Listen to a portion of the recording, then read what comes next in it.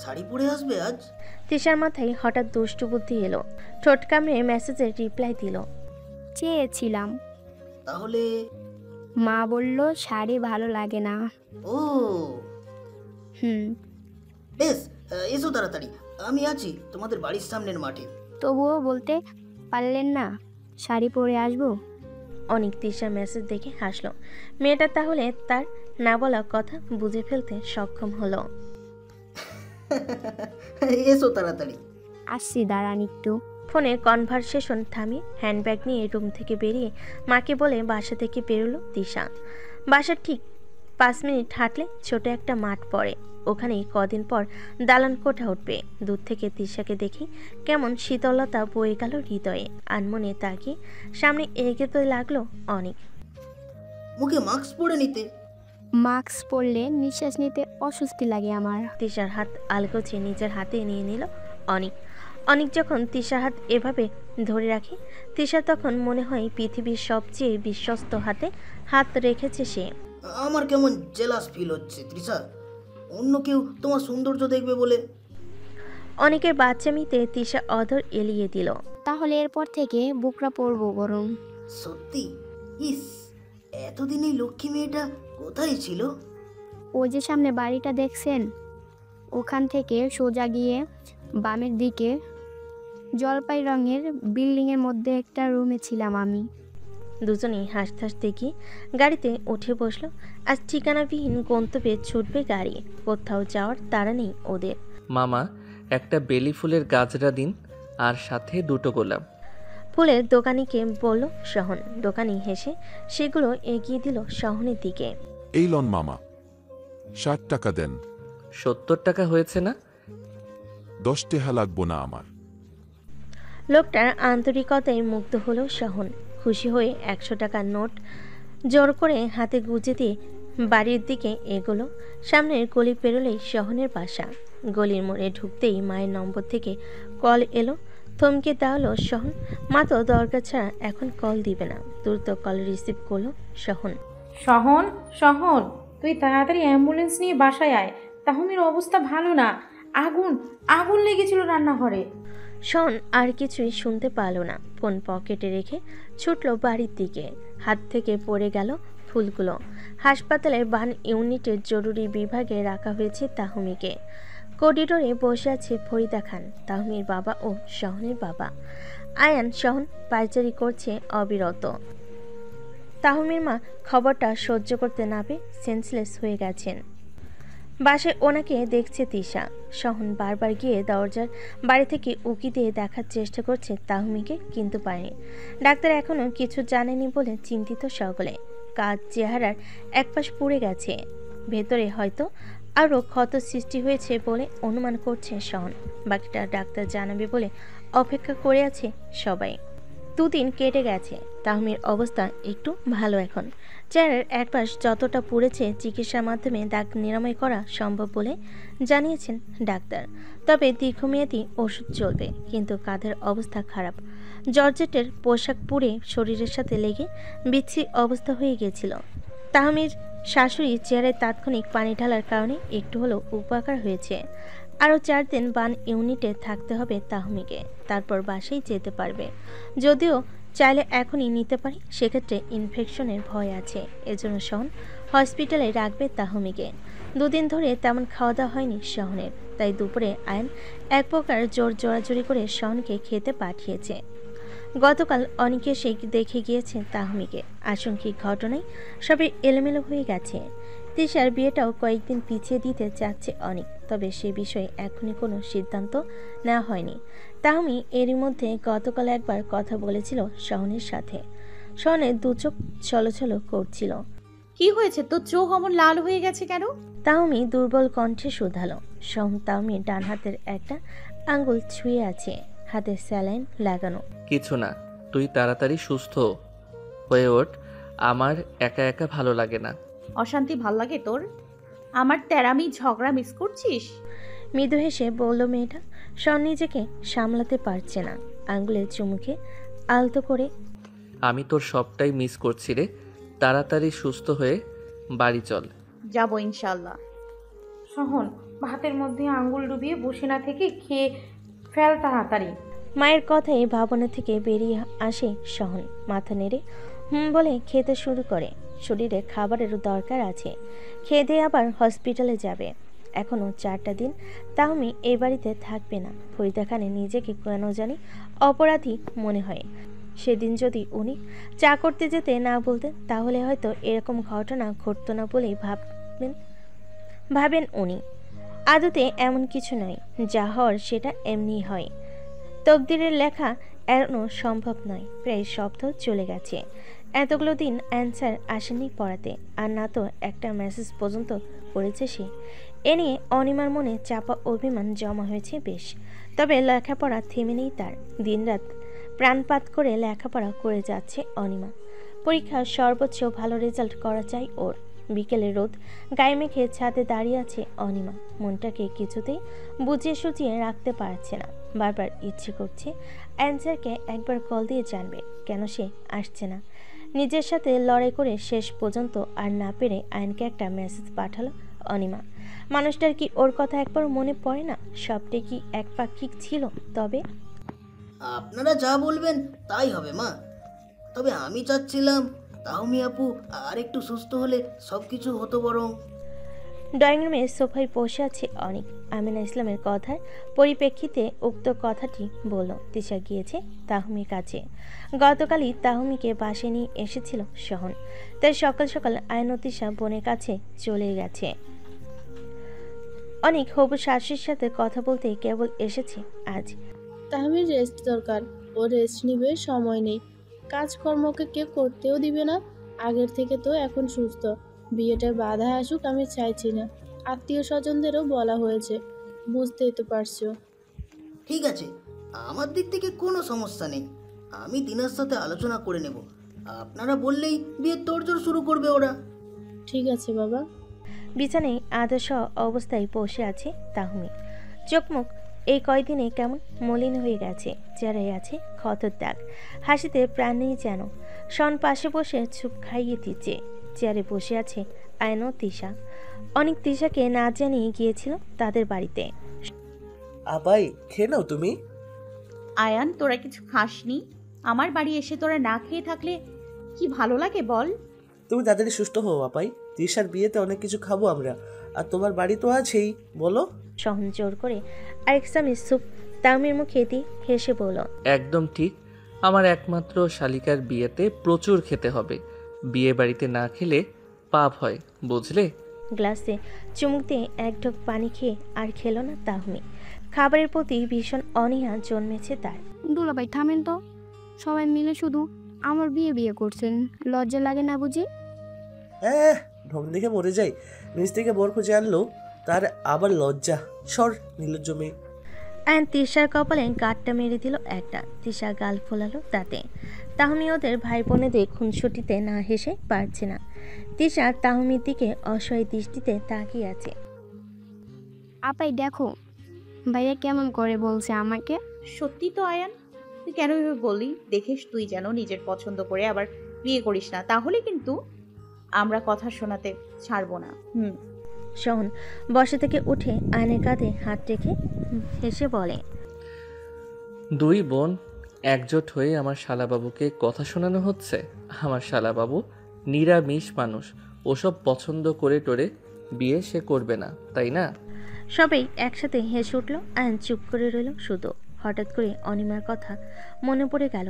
কতদিন হলো দেখা হয় না, কথা হয় না। মেয়েটা কি তাকে একটু মিস করে? আচ্ছা, একটা মেসেজ পাঠালে কেমন হতো? নিজের বোনের এরকম বিপদ হয়েছে সেটা তো অনিমাকে বলতেও পারত। বাসায় গিয়ে মেসেঞ্জারে কল দিয়ে সব কিছু বলবে বলে ঠিক হলো আয়ন। রাতের নিস্তব্ধতা গ্রাস করেছে গোটা শহর। তাহমি ঘুমিয়ে গেছে। সহনের চোখে ঘুম নেই। সে বসে বসে প্রিয়তমার ঘুমন্ত মুখশ্রী দেখতে ব্যস্ত।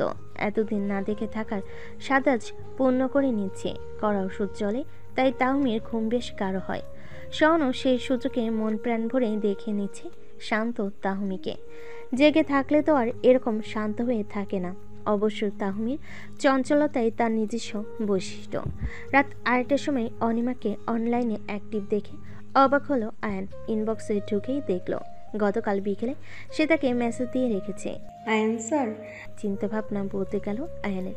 লিখতে চেয়েছিল এত রাতে অনলাইনে কি, কিন্তু এখন শেষবার লিখলো না, ভেবেচিন্তে রিপ্লাই টাইপ হলো। বলো। অনিমা মেসেজ আসতেই তৎক্ষণাৎ সিন করলো এবং রিপ্লাই টাইপ করতে লাগলো। আইন অপেক্ষা করছে কি লিখে পাঠাবে তার জন্য। কয়েক সেকেন্ডের মধ্যেই মেসেজ এলো। আমার পড়ালেখার কোনো চিন্তা নেই আপনার। কতদিন পড়াতে আসেননি? তোমার বাবাকে জানিয়েছিলাম আমার বোন অসুস্থ। ও, বাবা আমাকে কিচ্ছু বলেনি সেসব। তুমি জিজ্ঞাসা করেছিলে? না আসলে জিজ্ঞেস করিনি, তবে নিজ থেকে তো বলবেন না। কাল থেকে যাব পড়াতে, এখন ঘুমাও, অনেক রাত হয়েছে। আগামীকাল আয়ন স্যারের সাথে দেখা হবে ভাবতেই আনন্দে লাফ মেরে শোয়া থেকে উঠে বসলো অনিমা। তারপর ঠোঁটের কোণে হাসি রেখা বজায় রেখে লিখল, ঠিক আছে আয়ান স্যার, শুভরাত্রি। শুভরাত্রি। অনিমা সাথে সাথে অফলাইন হয়ে গেল দেখে আয়নের ভালো লাগলো। মেয়েটা ওর কথা শুনেছে বলে। অনিমার মুখে আয়ন স্যার ডাকতে বেশ ভালো লাগে, যদিও প্রথম প্রথম কেমন লাগতো, তবে সময়ের সাথে ভালো লাগা জন্মেছে এখন। আপনি গতকাল বাসায় এসেছিলেন, সেটা মাত্র জানলাম আমি। ফোনে অপর প্রান্তে দাঁড়িয়ে মুচকি হাসলো অনিক, শান্তভাবে বলল, অভিমান হলো? না, আশ্চর্য, অভিমান হওয়ার কথা ছিল। যেহেতু বিয়ের কথা বলতে এসেছেন সেজন্য আর অভিমান করিনি। এত উতলা হয়ে আছো বুঝি? তিশা লজ্জা পেল, এমন করে কেউ কথা বলে? প্রসঙ্গে এড়াতে অন্য কথা জুড়ল সে। আপনার ডাক্তারি কেমন চলছে? ঠিক আগের মতোই, তবে তুমি আসার পরে ধীর গতিতে চলবে কয়েকদিন। প্রথম প্রথম একা থাকতে তো বিরক্ত লাগবে তোমার, তাই আমি সঙ্গ দেব। ঠিক আছে, দেখা হবে, এখন রাখলাম। ওকে, টাটা। কল তবু কাটলো না দুজন। মিনিট খানেক চুপচাপ থাকার পরে তৃষা নিজে কল কেটে দুপুরে রান্নাবান্নার কাজে মাকে সাহায্য করতে এগুলো। চোট্টের তপ্ত দুপুর, গরমে হাঁসফাঁস করছে সমস্ত প্রাণীও উদ্ভুত গরমে হাঁসফাঁস করছে সমস্ত প্রাণী ও উদ্ভিদ কুল। আকাশে মেঘ জমেছে, বৃষ্টি হলে যেন স্বস্তি পেত সবাই। জানালার পাশেই দাঁড়িয়ে আকাশ দেখছিল অনিমা। পিঙ্ক কালারের গাউন পরেছে সে। চিন্তাভাবনা যখন সম্পূর্ণ অন্যদিকে, তখনই ঘরে প্রবেশ করলো আয়ন। আয়নের উপস্থিতি টের পায়নি অনিমা। আয়ন স্থির চিত্রে দেখছে ষোড়শী কিশোরীকে। এই কদিনে তেমন কোনো পরিবর্তন ঘটেনি তার মধ্যে, কিন্তু এই তীব্র গরমে পা পর্যন্ত গাউন পরে অনিমা পড়েছে। এভাবে কেটে গেল মিনিট 10। এরই মধ্যেই অনিমা জানালা থেকে সরে উল্টো ঘুরতে দেখে আয়ন স্যার দাঁড়িয়ে আছে। দুজনের চোখাচোখি হতেই দৃষ্টি সরিয়ে ফেলল আয়ন। অনিমা একইভাবে আয়নের দিকে তাকিয়ে থেকে পরের টেবিলে গিয়ে বসলো। আয়নও বসলো, তবে সময় নিয়ে। কেমন আছো অনিমা? যেমন দেখে গিয়েছিলাম তেমনই আছি। অনিমা হেসে বলল। আয়ান চমকালো। কীরকম দেখে গিয়েছে সেটা ভাবতে লাগলো, কিন্তু ভেবে কিছুই পেল না। শেষমেশ অন্যদিকে আলোচনা ঘুরিয়ে দিল। পড়ালেখার কি খবর? পরীক্ষার তো কয়েকদিন বাকি। খুব ভালো। আপনার আপু কেমন আছেন? অনিমা বই খুলে সামনে রাখলো। আয়ন বইয়ের পৃষ্ঠা উল্টাতে উল্টাতে বলল, আগের চেয়ে অনেক ভালো, আলহামদুলিল্লাহ। এতদিন ঠিকঠাক মতো পড়াশোনা করেছে কিনা ধরলো আয়ন। লেখাপড়ার উন্নতি দেখে বেশ ভালো লাগছে আয়নের। তবে অনিমা আগে থেকে বেশি খেয়াল করেছে আয়নকে। কেমন ঘোলাটে দৃষ্টিতে তাকিয়ে থাকে আয়নের দিকে। আয়ন সেটাও বুঝতে পারলেও ধরা দেয় না। আগে নিজের অনুভূতি নিজে বুঝুক, তারপর অনিমাকে বলা যাবে। তাছাড়া মেয়েটার এসএসসি পরীক্ষার সামনে। আগে থেকে তাহমির শারীরিক অবস্থার উন্নতি ঘটেছে। এখন দাগগুলো আছে, তবে ব্যথা একেবারে কমে গেছে। নিয়মিত ওষুধ সেবন ও যত্নের ফলে এতটা দ্রুত ব্যথা থেকে মুক্তি পেল তাহমি। সব কিছুই সহনের জন্য ছেলেটা দিনরাত এক করে বইয়ের সেবা করে গেছে। এই কদিনে শনকে নতুন করে চিনেছে তাহমি। স্ত্রীর অসুস্থতায় স্বামীর ভালোবাসা বোঝা যায়। হাতে গোনা আর 2 দিন বাকি তৃষার বিয়ে। এ বাড়িতে তৃষার বাবা মা আইনসবে ভীষণ ব্যস্ত সময় পার করছে। আগামীকাল যাবে সহন ও তাহমি বিকেলবেলা। আসরের নামাজ শেষে তাহমির ঘরে এসেছে ফরিদা। শন একটু কাজে বেরিয়েছে। তাহমি বিছানায় শুয়েছিল। শাশুড়িকে ঘরে ঢুকতে দেখে ব্যস্ত সমস্ত ভঙ্গিতে উঠে বসলো। উঠে বসতে গেলি কেন? সারা দিন তো শুয়ে থাকি মামুনি, আমি তো এখন ভালো আছি, আমি তখন ভালো হয়ে গেছি। তুমি এসেছো বলে একটু বসলাম। ফরিদা খান তাহমির পাশে বসলেন। কাল তো ও বাড়িতে তোরা দুজন যাবি, সাবধানে থাকিস তুই। আমরা বিয়ের দিন যাব একেবারে। ঠিক আছে মামুনি। হঠাৎ তাহমির চুলের দিকে নজর গেল ফরিদার। চুলে আঙ্গুল ছুঁয়ে দেখলেন একটু। তোর চুলে তো তেল নেই একটুও, চুলগুলো অযত্নে শেষ হয়ে গেছে এই কয়দিনে। তাতে কিছু হবে না। ফরিদা উঠে দাঁড়িয়ে ড্রেসিং টেবিলের সামনে গেলেন। পাগড়ি একটা, দাঁড়া আমি তেল নিয়ে আসছি, তেল দিয়ে চুল আঁচড়ে দিচ্ছি। তুমিও পারো মামুনি। কোনো শাশুড়ি যে এত ভালোবাসে কেউ নিজের চোখে না দেখলে বিশ্বাস করতো না। তাহমি পেছনে বসে দুহাতে তেল নিয়ে চুলে মাসাজ করতে লাগলেন ফরিদা। ভালো করে তেল লাগিয়ে চিরুনি নিলেন হাতে। বিশ্বাস করতে হবে না কাউকে, এরপর থেকে নিজে না পারলে আমাকে বলবি চুলে তেল লাগিয়ে দিতে। ঠিক আছে। ছেলে বউয়ের সাথে আরও কিছুক্ষণ আলাপচারিতা সেরে ঘর ত্যাগ করলেন শহরের মা। রাত নেমেছে শহরের বুকে। তামি আগেভাগে খাবার খেয়ে রাতের ওষুধ খেয়ে নিয়েছে। শন বাসায় ফিরল রাত 10টায়। তামি ভীষণ মন খারাপ লাগছিল। দুপুরে বেরিয়ে রাতে ফিরে কি ভালো লাগে। ডিনার করে ঘরে এসে দরজা আটকে দিল শন। তামি মুখ গোমরা করে শুয়ে আছে। শন বাইরের পোশাক বদলে হাত মুখ ধুয়ে আসলো। আজকে যে তার ঘরণী রাগ করবে সেটা আগেই বুঝেছিল সে, কিন্তু কি করবে, এতদিন বাসায় থাকায় কোনো কাজ করতে পারেনি। আজকে তাই একটা দরকারি কাজে এতক্ষণ বাইরে থাকতে হয়েছিল। তাহমিকে চুপ করে থাকতে দেখে পাশে উঠে বসলো শন। নড়েচড়ে অন্যদিকে এগিয়ে শোয়ার চেষ্টা করলো তাহমি, কিন্তু শহন দিল না সেদিকে সরতে। রাগ করেছো নাকি অভিমান? তাহমি চুপ করে রইল। তবুও শন ঝুঁকে ললাটে ঠোঁট ছুঁয়ে দিল। তবুও তাহমি তার দিকে দৃষ্টিপাত করলো না। কিছু একটা ভেবে পাশের টেবিলের উপর থেকে একটা গোলাপ নিয়ে এসে দাঁড়ালো শহন। আমি আমার একমাত্র ঝগড়টে এবং রোমান্টিক বউটাকে ভীষণ ভীষণ ভালোবাসি। সে কি আমাকে একটু ভালোবাসে? তাহমি ফিক করে হেসে উঠল শহনের দিকে না তাকিয়ে। এবার ফিরল শহনের দিকে, হাতে লাল গোলাপ দেখে মুচকি হাসলো। উঠে বসলো Tahmi. Yes, I love you too. গোলাপ ফুল হাতে নিল তাহমি। শন মাথা চুলকে পাশে বসলো। কেমন কেমন করছে লোকটা। তাহমি ঠিক বুঝতে পারছে না শনের কি হয়েছে, তাই নিচে থেকে জিজ্ঞেস করলো, কি হয়েছে তোর, এরকম ছটফট করছিস কেন? একটা কথা বলবো? অস্বস্তি নিয়ে প্রশ্ন করলো শন। তাহমি অবাক হলো তার আচরণে, বিস্ময় নিয়ে শুধালো, হ্যাঁ বল। আমি তোকে জড়িয়ে ঘুমালে কষ্ট হবে তোর? এই কথা? হুম। তাহলে কতদিন হলো? তাহমি ঠোঁট টিপে হাসছে এবার। পুরুষ মানুষ এভাবে কি বলতে পারে ঠিক বুঝে ফেলেছে তাহমি। কি হলো বলবি তো? শন বলতে পারছে না। তাহমি তো পুরোপুরি সুস্থ হয়নি, এখন কিভাবে বলবে সে আদরের কথা? কিছু না, আয় ঘুমোতে আয়, কালকে আবার ও বাড়িতে যেতে হবে তো। হ্যাঁ, তুই বাতি নিবি, এর শুতে আয় তাহলে। শন তাহমির কথা মতো বাতি নিভিয়ে বিছানায় শুয়ে চোখ বন্ধ করে দিল। কিন্তু পরক্ষণেই অবাক হলো, তাহমি এক হাত শহনের বুকে রেখেছে, অন্য হাত দিয়ে মাথায় হাত বুলিয়ে দিচ্ছে। সাহস পেয়ে বুকে রাখা হাতটা ধরে নিচের দিকে নামিয়ে দিল শহন। তাহমি তার আঙ্গুল দিয়ে শহনের উদরে স্লাইড করছে। শহন আর স্থির থাকতে না পেরে তাহমির দিকে ফিরে শুয়েছে। ডিম লাইটের মৃদু আলোতে ভেজা ঠোঁট জোড়াকে নিজের ঠোঁট দিয়ে আঁকড়ে ধরে মধু পান করতে লাগলো সে। সাথে এলোমেলোভাবে ছুঁয়ে দিচ্ছে তাহমিকে। মিনিট 5 পর থামলো দুজন। হঠাৎ মনে হলো মেয়েটা এখনো বেশ দুর্বল। শন নিজেকে শান্ত করে নিল সময় নিয়ে। তাহমিকে বুকে জড়িয়ে শুয়ে এলো চুপচাপ। তাহমি বুঝতে না পেরে হঠাৎ কি হলো তাই নিজে থেকে জিজ্ঞেস করলো, কি হয়েছে? আজকে না, কিছুদিন পর ওষুধ খাচ্ছিস, রাতে ঘুম দরকার তোর। তাহমি বুকে আস্তে করে কামড়ে দিল শহনে খারাপ লাগছে। মেয়েটাকে উত্তেজিত করে দি এভাবে দূরত্ব বাড়িয়ে কষ্ট দিল। তার চেয়ে নিজেকে নিয়ন্ত্রণ করে কাছাকাছি না আসাই উচিত ছিল।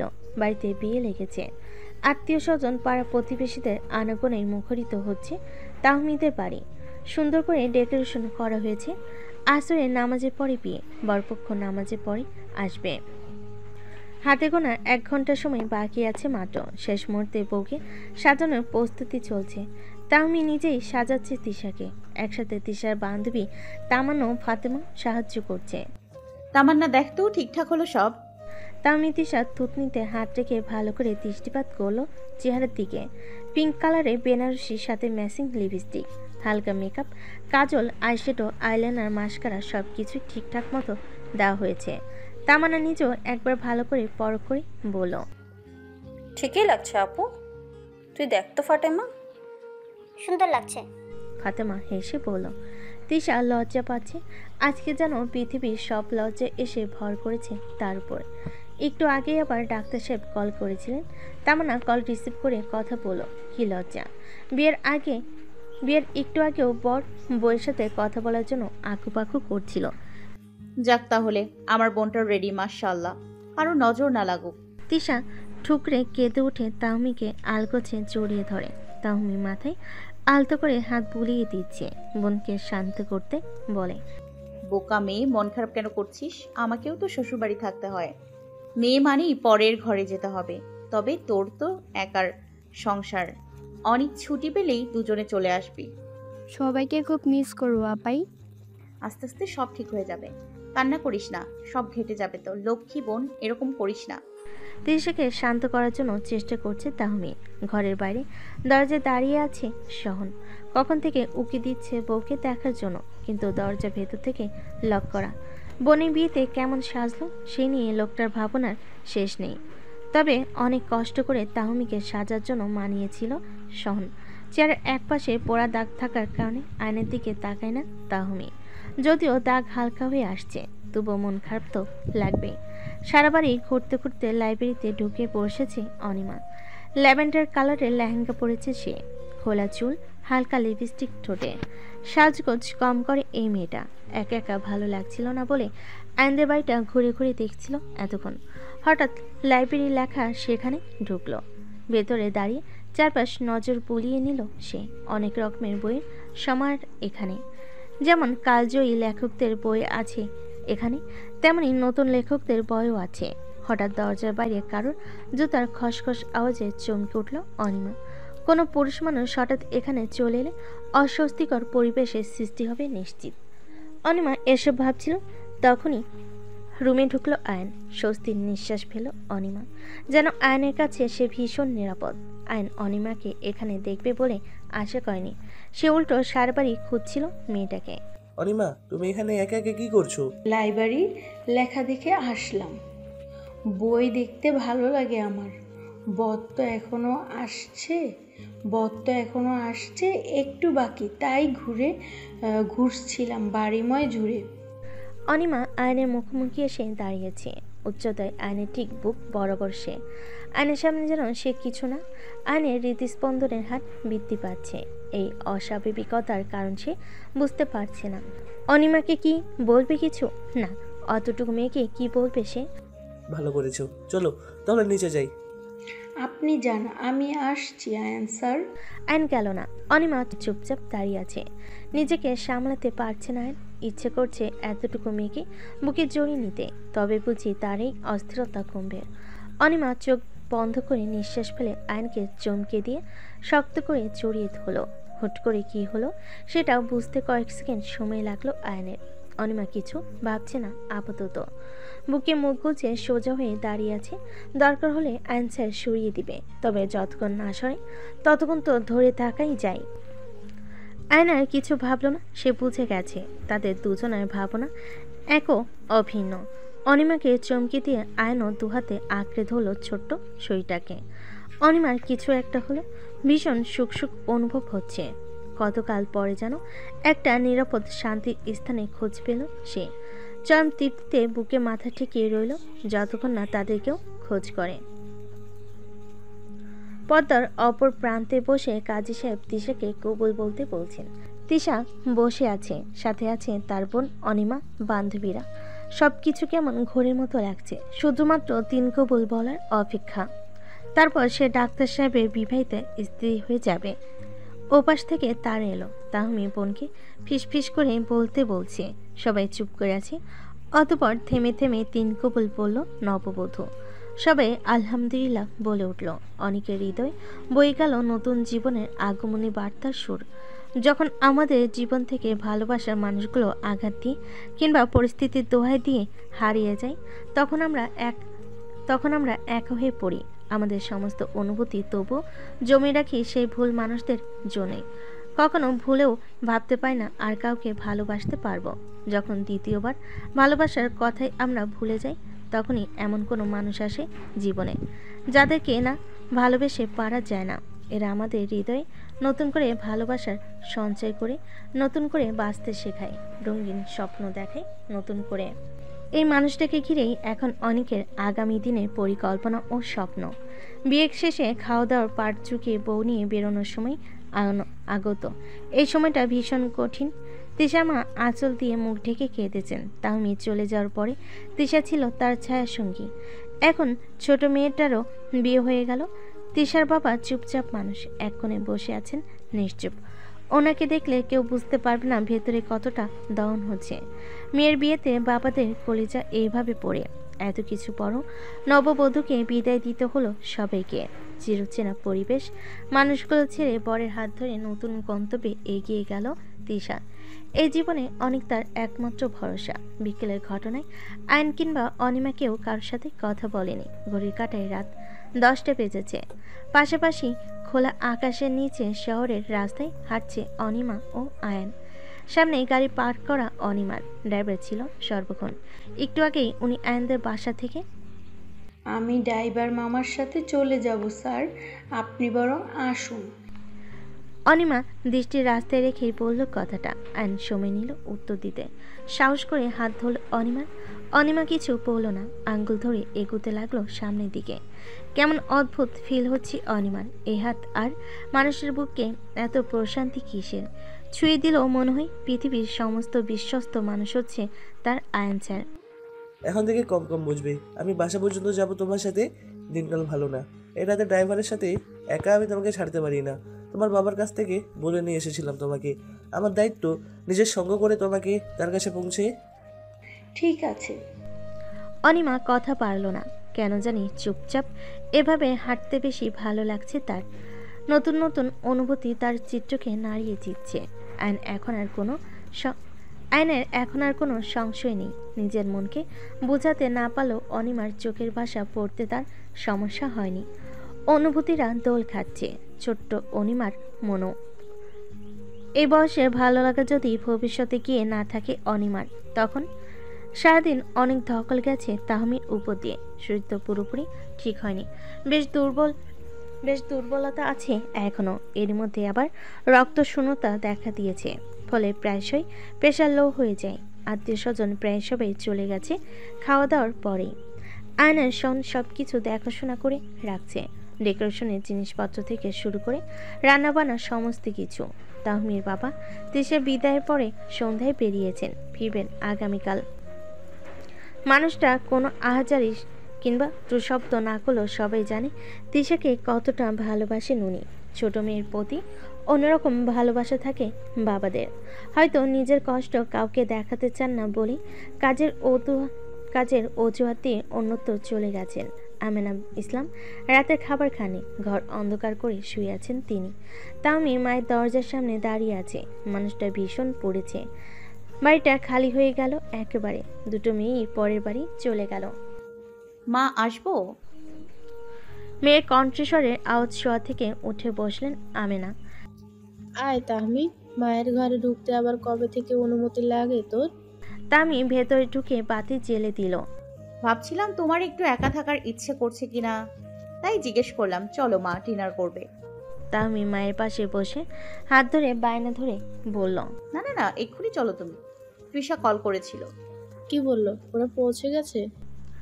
উচ্ছ্বাসিত কণ্ঠে শুধালেন আমেনা। তামি শান্তভাবে বলল, হ্যাঁ, মাত্র গাড়ি থেমেছে বলল। তোমাকে কল দিয়েছিল, কিন্তু তোমার ফোন তো চার্জ আউট। ওখানে তো অনিকের বোন আর বোনের স্বামী ছাড়া কেউ নেই, বলতে গেলে নিজেরাই। আর 5টা বাড়ির মতো গিয়ে লোকজনের অস্বস্তি হবে না বোনের? একা বাড়ি, সবকিছু ওকে গুছিয়ে নিতে হবে। তা ঠিক বলেছিস। আমিন ইসলাম নিজেকে আর আটকাতে পারলেন না, বড় মেয়েকে জড়িয়ে ধরে হু হু করে কেঁদে উঠলেন। তাওমি মায়ের কথায় হাত বুলিয়ে দিল, বারণ করলো না কাঁদতে, একটু কাঁদুক, মন হালকা হবে তাহলে। দিনাজপুর শহরে অনেকের ফ্ল্যাট, 4 তলা বিল্ডিংয়ের উপরে 5 তলায় তাদের ঘর, বসার ঘর, রান্নাঘর আর 3টে রুম, দুটোতে বারান্দা আছে, একটা সিঙ্গেল। ছাদে যেতে হলে আরও 2 তলা ছাড়িয়ে যেতে হয়। ওয়াশরুম থেকে ফ্রেশ হয়ে এসে বসার ঘরের দিকে এগুলো তিশা। দিনা সব কিছু আগে থেকে রান্নাবান্না করে রেখেছিল, সেগুলো পরিবেশন করেছে ডাইনিং টেবিলে। ওহির বাবা টিভিতে খবর দেখছেন, ওহি আর অনেক খেলা করছে সোফায় বসে। তিশা এসে এক দৃষ্টিতে তাকিয়ে আছে সেদিকে। এটা যে ওর শ্বশুরবাড়ি সেটা মনেই হচ্ছে না, তবুও বাবা মায়ের কথা মনে পড়তে বুক চিরে দীর্ঘশ্বাস বেরিয়ে এলো। ওই তিশাকে দেখে জোরে বলে উঠল, মামি এদিকে এসো। ওহির কথায় দিনাও অনেকও তিশার দিকে তাকিয়ে মুচকি হাসলো। দিনা বলল, এখানে দাঁড়িয়ে আছো কেন তিশা? এদিকে ভাইয়ার পাশে সোফায় এসে বসো, আমার হয়ে গেছে, এক্ষুনি খেতে দিব। তিশা গিয়ে ওহির পাশে বসলো। ওহির গাল দুটো আস্তে করে টেনে দিল হেসে। এমনি দেখছিলাম আপু, আপনারা এত ভালো দেখে ভাবছিলাম সত্যি সত্যি আমি শ্বশুর বাড়ি এলাম কি না। ওহির বাবা হেসে বলেন, তাহলে ভাবি মিথ্যা মিথ্যা শ্বশুর বাড়িতে আছেন আপনি। তাই হয়তো। তিশাও হেসে বলল। অনেকের বিষয়টা ভালো লাগলো না। তিশা কেন তার সাথে হেসে সে কথা বলবে? হয়েছে অনেক কথা, চলো সবাই খেয়ে নিবে। ওহির বাবা তো খাবে না, উনি তিশাদের বাড়ি থেকে পেট ভরে খেয়ে এসেছেন, আমিও খেয়েছি। তিশা আর ভাইয়া আসো, তোমরা খেয়ে নিলে আমি ঘুমাতে যাব। অনেক কিছু একটা ভেবে খাবে না বলল। তিশার একাকেই খেতে হলো শেষমেশ। সারাদিন ঠিকঠাক মতো খেতে পায়নি বলে পেটে ক্ষুধা লেগেছিল মেয়েটার। রজনীগন্ধা ফুলে সেজে উঠেছে তিশা ও অনিকের বাসর ঘর। দিনা তিশাকে সুন্দর করে সাজিয়ে দিয়েছে, তবে একেবারে সাদামাটা সাজগোজ।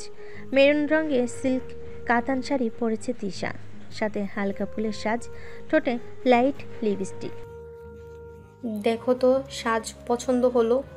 জি আপু, খুব সুন্দর সাজানো হয়েছে। বেশ, তুমি থাকো তাহলে, ভাইয়া আসবে আমি গেলেই।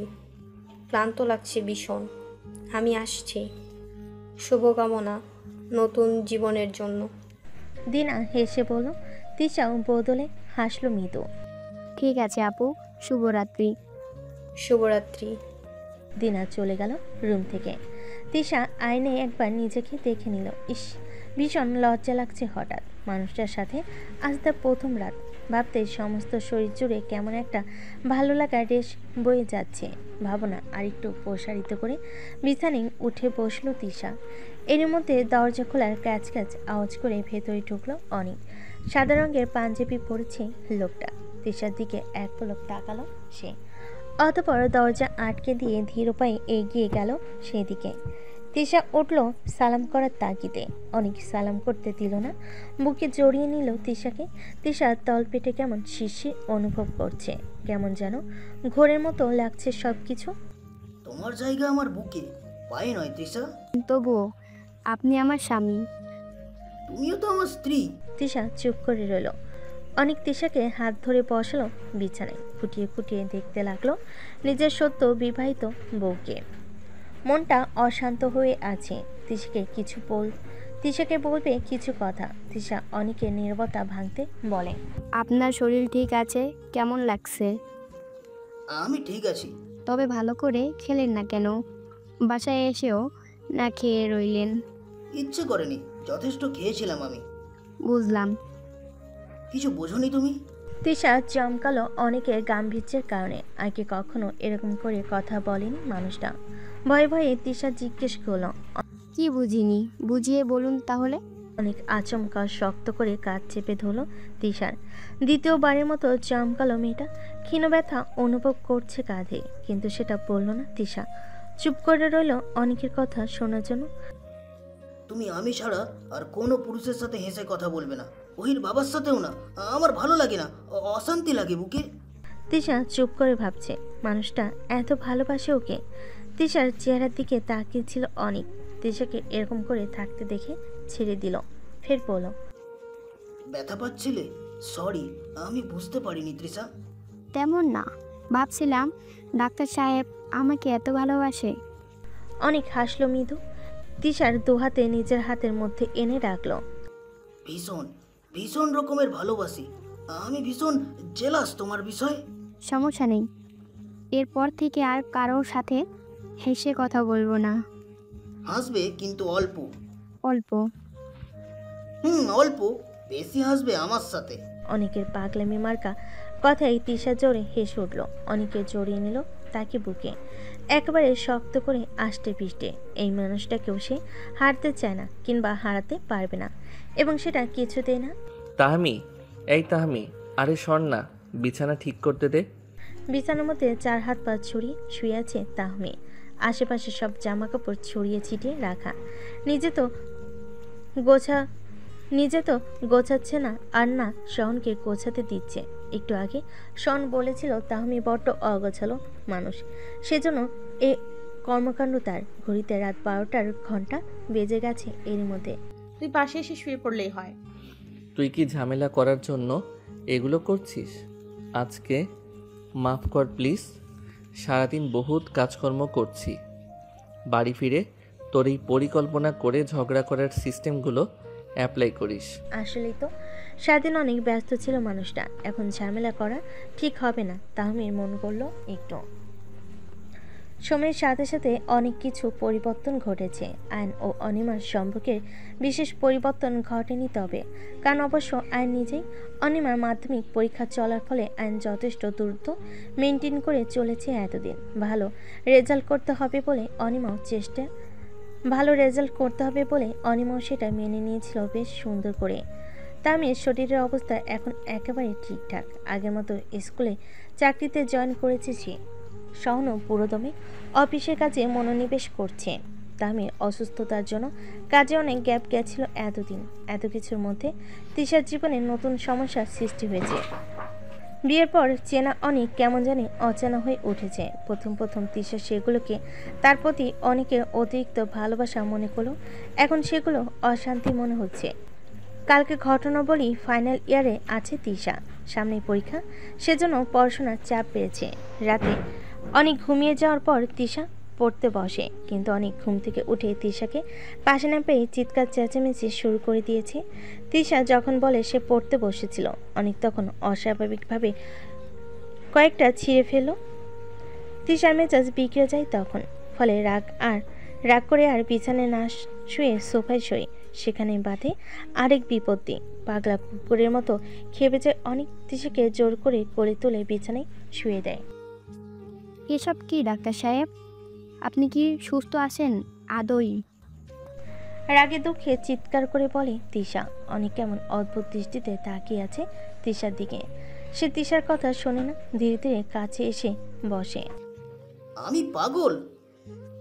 তোমার কি অন্য কাউকে ভালো লাগে তৃষা? তুমি আগের মতো আমাকে ভালোবাসো না? তিশাকে কিছু বলার সুযোগ পায় না। অনেকের বলিষ্ঠ শরীর পিষে দেয় তিশাকে।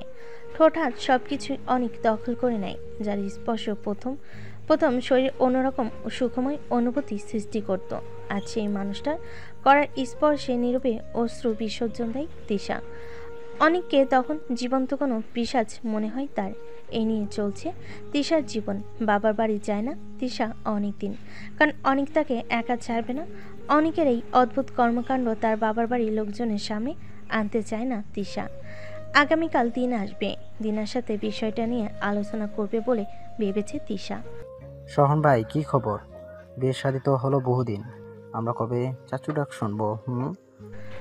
দুপুরে খাওয়ার সময় দিয়েছে। অফিসের ক্যান্টিনে একসাথে খেতে বসেছে শন ও তার কয়েকজন সহকর্মী। তাদের মধ্য থেকে ওসমান শেখ কথাটি বলল। সবার মাঝে সম্প্রতি ওসমান বাবা হয়েছে। শন খাবার খেতে খেতে বলে, আগে তোমার পুচকি বড় হোক, তারপর না হয় চাচ্চু ডাক শুনো। তা আমাদের শাকিলের কি খবর? শাকিল কি চিরকুমার থাকার পণ করলে? সবে হেসে উঠল। শাকিল বেচারা চুপচাপ খাচ্ছে। ছেলেটা ভীষণ লাজুক। চাকরিতে নতুন জয়েন করেছে, তবে আগে অন্য কোম্পানিতে ছিল। ওসমান হাস্যমুখে বলে, আর বলো না সোহন, শাকিল লজ্জা পাচ্ছে দেখো। তাই তো দেখছি ওসমান ভাই, বিয়ের কথা শুনতেই যে ছেলে এত লজ্জা পাচ্ছে। বিয়ের প্রথম রাতে আমার বিয়ে আরও পরে, কিন্তু আপনাদের খাওয়ার সময় কিন্তু শেষের পথে। শাকিলের কথায় টনক নড়ে সবার। আসলেই সময় নেই, সবাই দ্রুত খাওয়া শেষ করে যার যার কেবিনে চলে যায়।